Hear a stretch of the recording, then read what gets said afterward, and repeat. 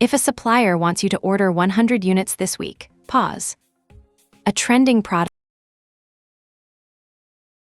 for $2,000 gets trapped in stock, you need evidence that people want the product, that the margin survives a real Australian parcel, and that you can sell it without creating a support problem. This is a practical 7-day validation test for Australian e-commerce sellers. It uses free or public research tools, one real sample, a small traffic test, and a 5 to 10 unit micro batch. You are not trying to predict the future. You are trying to make the first expensive mistake smaller. Day 1, prove demand with 3 different signals.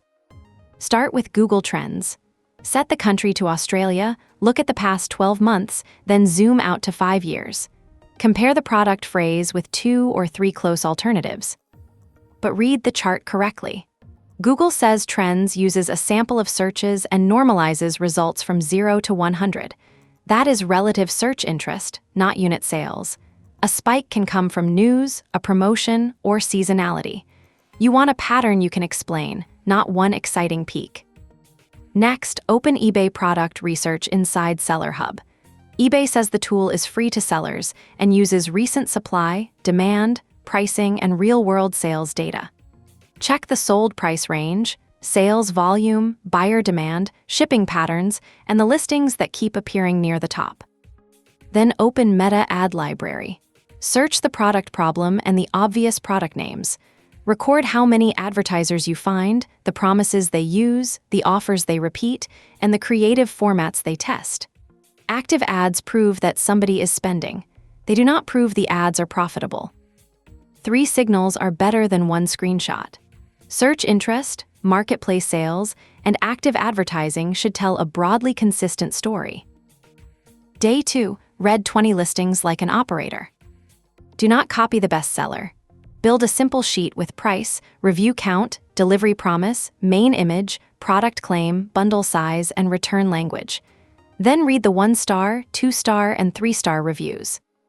Low reviews tell you what the category keeps getting wrong.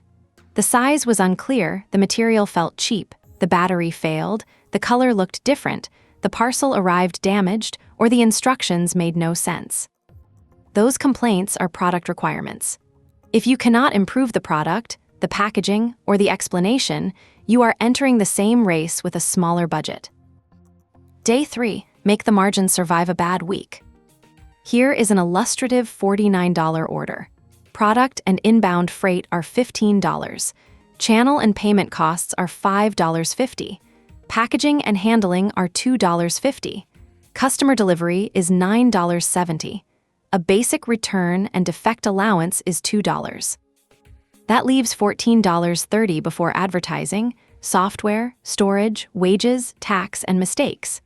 If it costs $10 to acquire the customer, only $4.30 remains. Your numbers will be different. Use the current fee page for your category and an actual carrier quote. Then stress test the result. Add $2 to delivery. Reduce the selling price by 10%. Assume 1 order in 20 needs a remedy. If the contribution disappears under a small shock, the product is not ready to scale. Set a maximum acquisition cost before you run ads. Do not let the ad platform decide what you can afford. Day 4, pack, measure, and quote the real parcel. Order 1 sample. Put it in the actual mailer or box with protection, instructions, and any inserts. Measure the final parcel, not the bare product. Australia Post explains that some parcels using your own packaging are charged using the greater of actual weight or cubic weight. A light product in a large box can therefore cost more than expected. Quote a metropolitan address, a regional address, and a remote address. Time how long packing takes. Drop the parcel from desk height. If the product breaks, leaks, bends, or needs expensive protection, shipping has changed the product decision. Day 5, clear the compliance gate before sourcing. Australia's product safety guidance says online sellers must understand product safety laws, comply with mandatory standards, and not supply banned products. Suppliers are responsible for safe products, and online sellers still carry their own obligations. Ask for the evidence that matches the category. Test reports, warning labels, age grading, ingredient lists, electrical documentation, batch records, or recall procedures. Check the Australian mandatory standards and bans yourself. If the supplier cannot provide basic evidence, a popular product can still be a terrible product. Treat safety as a pass or stop gate, not another point on a spreadsheet. Day 6. Test the offer before buying the inventory. Build one honest product page using your sample. Use your own photos. Show the size, materials, inclusions, exclusions, delivery estimate, and what happens if something is wrong. Then send a small amount of qualified traffic to a transparent waitlist or coming soon page. Do not pretend stock is available when it is not.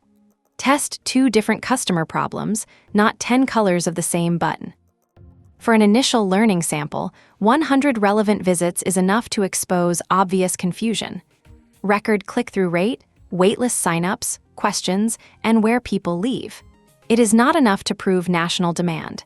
It is enough to learn whether the offer makes sense to a stranger. The most useful result may be a question you failed to answer, not a conversion percentage. Day 7. Run a 5 to 10 unit micro-batch. Fulfill the first orders yourself if you can. Record the real packing time, delivery cost, support questions, damage, cancellations, and the reason anyone wants a return. Then use this 20-point Qorlo scorecard. Give 0 to 4 points for demand evidence, contribution margin, shipping fit, trust and compliance, and operational fit. This is a decision aid, not a statistical guarantee. I would not scale a product with a red safety gate, a margin that fails the stress test, or a total below 16. Improve the weak section, run the test again, or walk away while the lesson is still cheap. 100 units should be the result of evidence, not the beginning of research. Good product research is not finding one exciting chart. It is stacking independent evidence until the customer, the numbers, the parcel, and the workflow agree. Save this 7-day test before your next supplier order. Qorlo helps small e-commerce teams keep orders, inventory, fulfillment, and tracking in one clearer workflow. Subscribe for practical Australian e-commerce lessons and learn more at qorlo.com.au.